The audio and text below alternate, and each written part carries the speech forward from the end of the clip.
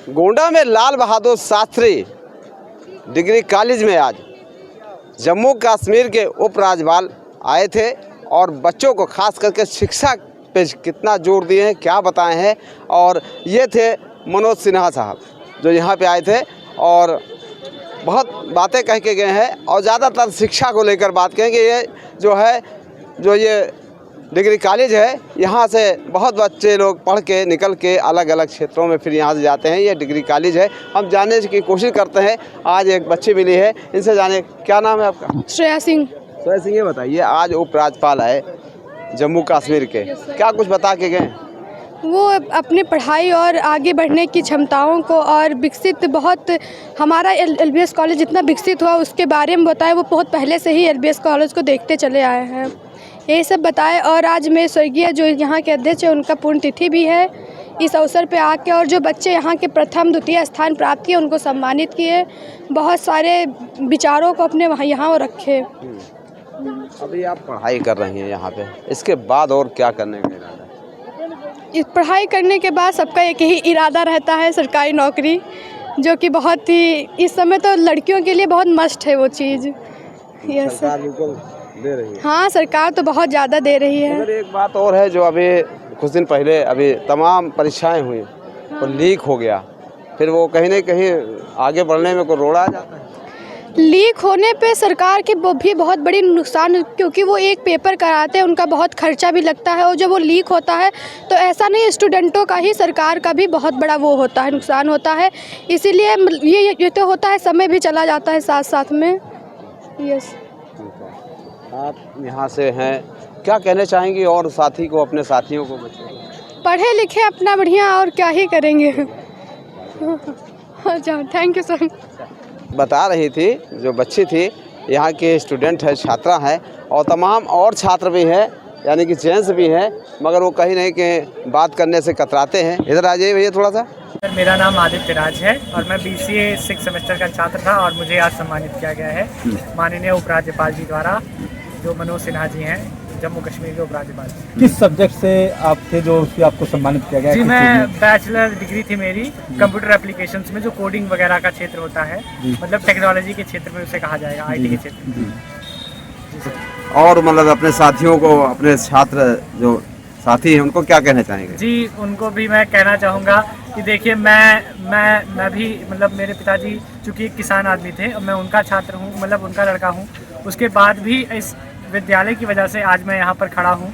तो इसका मतलब आप किसी भी बैकग्राउंड से आते हो, अगर आप अच्छा मेहनत करते हैं, टीचर्स की बात मानते हैं, कॉलेज को सम्मान देते हैं, कॉलेज के टीचर्स को सम्मान देते हैं, अपनी पढ़ाई पे समय देते हैं, तो आप ज़रूर कुछ ना कुछ अपने जीवन में बड़ा करेंगे। मेरा नाम आदित्य त्रिपाठी है और मेरा नाम साक्षी सिंह है। अच्छा। मुझे BCom में सबसे ज़्यादा मार्क्स प्राप्त करने के उपलक्ष्य में यह अवार्ड मिला है। और मुझे BSc मैथ्स में सबसे ज़्यादा मार्क्स प्राप्त करने के लिए अवार्ड मिला है। आपका परिचय? मेरा नाम साक्षी सिंह है। कहाँ से आप? मैं यही गोंडा से ही हूँ। क्या कहना चाहेंगे इस पे जो आपको अवार्ड मिला है, और बच्चे क्या करें? नहीं, अवार्ड मिला मुझे बहुत अच्छा लगा और बच्चों को मेहनत करनी चाहिए। इस अवार्ड के लिए बहुत अच्छा लगा मुझे कि मुझे राज्यपाल से अवार्ड मिला। उनकी पुण्यतिथि पे आए हुए थे और यहाँ से वो जुड़े हुए थे। जो यहाँ का LBS डिग्री कॉलेज का जो यहाँ पे स्कूल है, डिग्री कॉलेज है, यहाँ से वो काफ़ी दिनों से जुड़े रहे। उनकी अब बेटी है वर्षा सिंह, वो इस वक्त वो उसी को कार्यभार को संभाले हुई हैं।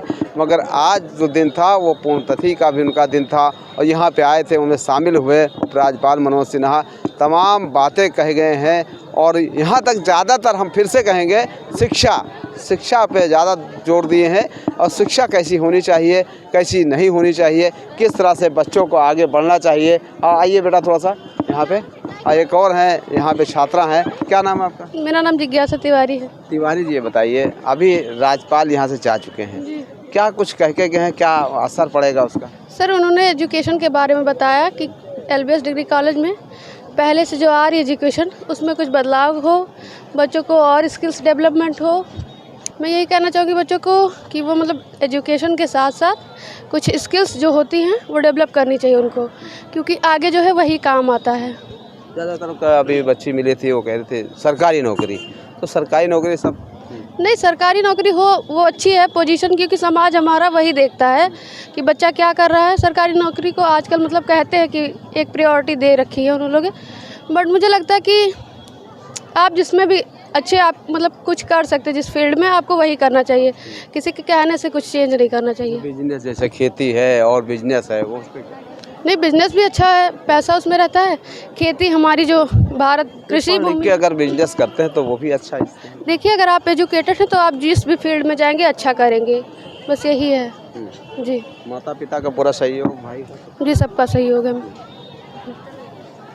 ये थी जो तिवारी जी थी, बता रही थी जिस फील्ड में रहें, कुछ किसी फील्ड में जाएं, मगर शिक्षा बहुत ज़रूरी है। शिक्षित होंगे तभी देश का विकास और अपना विकास, फिर परिवार का, अपने गांव समाज का, सभी का रहेगा। ऐसे बच्चियां कही है। मगर आज राज्यपाल जो कहे हैं यहाँ पे आ कर के, उपराज्यपाल हैं जम्मू कश्मीर के, यहाँ पे जब आगमन हुआ, भव्य स्वागत हुआ और यहाँ से मंच से जो कुछ कहे हैं उसको भी सुनाते हैं क्या कहे हैं। और शिक्षा के बारे में ज़्यादा कहा गया है और उसके बाद हम सुनाते हैं कि यहाँ की जो अध्यक्ष हैं लाल बहादुर डिग्री कॉलेज की जो स्वतंत्र देव सिंह की बेटी हैं वर्षा सिंह, वो क्या कह रही हैं और उनके पुण्यतिथि पे वो भी यानी कि पूर्व सांसद भी थे स्वतंत्र देव सिंह यहाँ के, और वो यहाँ से शिक्षा से भी जुड़े रहे और उसके बारे में उन्हीं की पुण्यतिथि पे आज ये भव्य कार्यक्रम हुआ है